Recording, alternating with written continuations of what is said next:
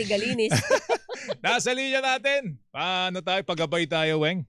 Doon sa naging impeachment trial kahapon, ang ating makakasama ngayong araw na ito, abogado, makakapuso, hindi lang basta abogado, Naman, Dean dekano po yan. ng College of Law ng Lyceum of the Philippines University, si Attorney Maria Soledad Deriquito Mawis. Dean Mawis, good morning! Si Joel Suweng. Maganda umaga, ma'am. Salamat po ulit sa pag-anyaya. Thank you, ma'am.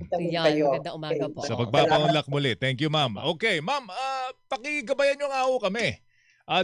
Paano yung paraan kung paano po ni-liquidate yung pong confidential funds? Sabi nga ni Attorney Lorna Kapunan ay talaga namang parang si Superman na dinisburse sa iba't ibang panig ng bansa sa isang araw yung pong pera.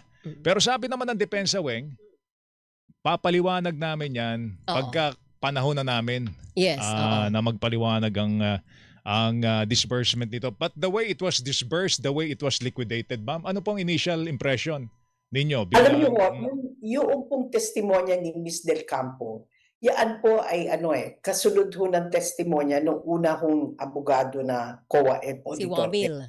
Si Wamil. Kaya part 2 ng kwento ho ito. Kay Wamil ho, pinakita na nakuha yung pera, ay sa unang-una pati ho, hindi lang po kay Wamil, pa sa mga nauna. Tignan nyo ang kwento niya.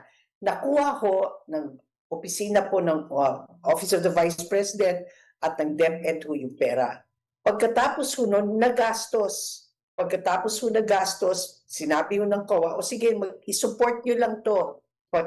Bigyan nyo kami ng ebidensya na talagang ito'y nagamit sang-ayon dun sa joint resolution. Pero lumabas po, batay ho sa testimonya ho ng witness po kahapon, unang-una ho, paulit-ulit na ho natin sinasabi, may kakaibang mga pangalan na lumabas. Piatos, mga kamote, mga ganyan ho.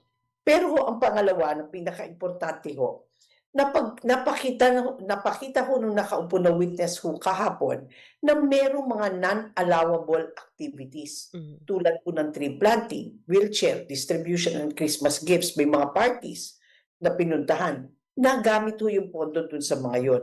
Kaya ho, hindi ho sinasabi niya, hindi ho yan sang-ayon dun sa batas. No? Tapos meron ho kayong rewards. Yung rewards, sang-ayon din naman ho sa batas. Pero ang problema ho, wala akong ebidensya para ma-verify na may dokumento para mapakita ay ito'y ginamit para sa intelligence, no? Pagkatapos po doon may premature, ako medyo nabigla din parang may premature spending. Kasi may mga dokumento na pinakita na naggamit na, kumbaga na nagkaroon na ng spending bago pa lang makuha yung 125 million allocation for 2022. Kumbagay nauna ng gastusin, hindi pa natatanggap yung pondo. Tapos po nga yung tinatawag katulad ng mag-link nyo, parang logistical impossibilities. Kasi paulit-ulit sinabi ng witness kahapon, yung lugar, ang intindi nila, doon ibinigay. No? So sa isang araw, ang daming lugar, from north to south. Paano kaya nangyari yun? No? Iba-iba yung lugar na sa isang araw na i-disburse ho yung pera. Pero tama ho yung sinabi ho nyo, ito ay panig lamang ng prosecution. Batay ho sa mangyayaring cross-examination, or kung hindi na magko-cross-examination, may panahon naman magpakita ho ng kwento naman na kokontra dun sa kumbaga narrative na pinoportray ho ng prosecution, ito hong defense. But they really have to explain dahil kumbaga nailatag ho ng prosecution, yung sinasabi nilang unauthorized or misuse of confidential funds or public funds. Dean Mawis, ganito, sabi ng depensa kahapon, o di ba sabi, may mga activities na hindi allowed katulad ng Christmas party, Christmas activity, may tree planting, merong pamimigay may ng... medical mission may din, medical mission pa. Pero ang sinabi nila, hindi ginamit doon sa mga activity per se na yon ang pondong confidential fund, kundi sa security para doon sa activity. Ay, pwede ba yun? So para pumasok, Alam niyo po, para patunayan yon na hindi mo nagamit sa party kundi sa security, doon sa activity, paano dapat patunayan yon ng depensa? prove it during their term. Kasi ho, ang nagprepresenta ho ng ebidensya ho ngayon ay prosecution. Mm-mm.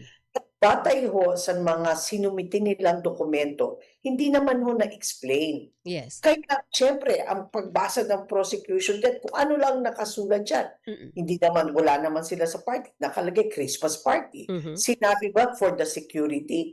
Eh di, may panahon naman po kasi ang defense. Alam na natin kung anong i-explain na pag-turn na ho nila magpresenta po ng ebidensya. So, But right now, based on their own records, okay, mm-mm. hindi naman ho nakalagay ho yung ginamit ito sa security, ginamit ito sa ganyan. Oh. Kaya ho, ang narrative, ang lumalabas, parang based on that, okay, based on that ho, hindi ho siya authorized. Pangalawa ho, at huwag ho natin itong kalimutan, ma'am, hindi naman ho, iisang beses, binigyan mo sila maraming pagkakataon.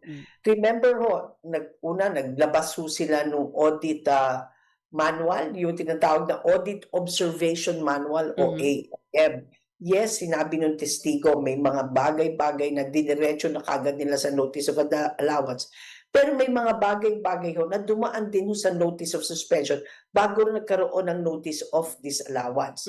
In other words, they were given bago pa ho magsimula ho itong proseso ho ito, na binigyan ho ng pagkakataon po ng ang opisina ho, ang DepEd at ang Office of the Vice President na ayusin ang mga dokumento sang-ayon sa kwento ho nila. All that COA was asking, justify. Eh yung iba hindi nag-submit. Okay?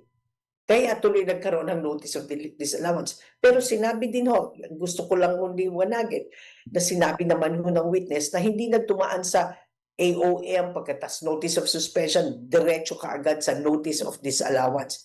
Pero remember, binanggit ho ito, pwede namang inapila pa sa director review. Yes. Ano nangyari doon sa director review? So, there are so many chances for them to explain. Why Okay. only now? Yun ang tanong.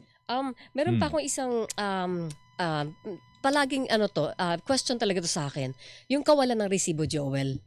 Yes. Kawalan ng resibo, instead, ang meron lang ay acknowledgement receipt. At sinasabi ng COA na hindi ito acceptable sa ilalim ng kanilang mga panuntunan at kahit sa ilalim daw po ng batas ng auditing. May pwede pa bang ibang maging argumento doon ang depensa din Mawis kung paano nila ilulusot yung wala kasi kami resibo. Ito lang ang available namin, AR lang. Sasabihin nila, confidential nga ito. Oo, yes. Confidential Oo. Alam nyo, alam naman ho natin ang diferensya po ng AR sa official receipt. Ang AR ho, temporary. It's a very informal proof na may ginastos ka as opposed sa official receipt. Ang katanungan ho, okay, may mga transaction na talagang walang maresibo, no? Kunwari, sa tip o doon sa informer, no? Hindi naman nagpagawa yan ng resibo okay? Hindi nagpapagawa ng resibo. Kaya lang may mga katanungan. Nasaan yung success? Nasaan yung, yun yung tanong yan, nasaan yung success? Hindi lang AR kasi Success kung report. AR, nasaan yung success report? Yun lang Yes. naman hinihingi nila. Pangalawa, bibili ka kunwari ng upuan, bibili ka ng computer, bibili ka sa isang establishmento. AR ang ibibigay sa'yo. Parang hindi ata ka panipaniwala. Because then, Yes. pupunta ka sa opisina at sa talaga nagbebenta ng upuan o computer, i-issuehan kayo ng standard receipt, di ba? Or sales receipt. Kasi formal na dokumento yun na nagpapakita na talagang bumili ang isang tao doon sa sinabing establishmento. Yes, may mga AR, pero may mga bagay-bagay na hindi AR ang dapat naging katibayan. Nasaan yung mga resibo? Yung standard official receipt.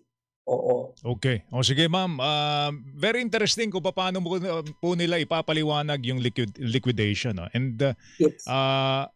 although equally interesting din Weng, yung inaasahan nating interjection ng ating mga senator judges. Siguro malaman natin kung paano, anong mga tanong nila na ibabato doon sa testigo. But in the meantime, Din Maui, salamat sa oras ha. Maraming salamat din po ulit. Good morning, ma'am. Until next time, Good ma'am. morning.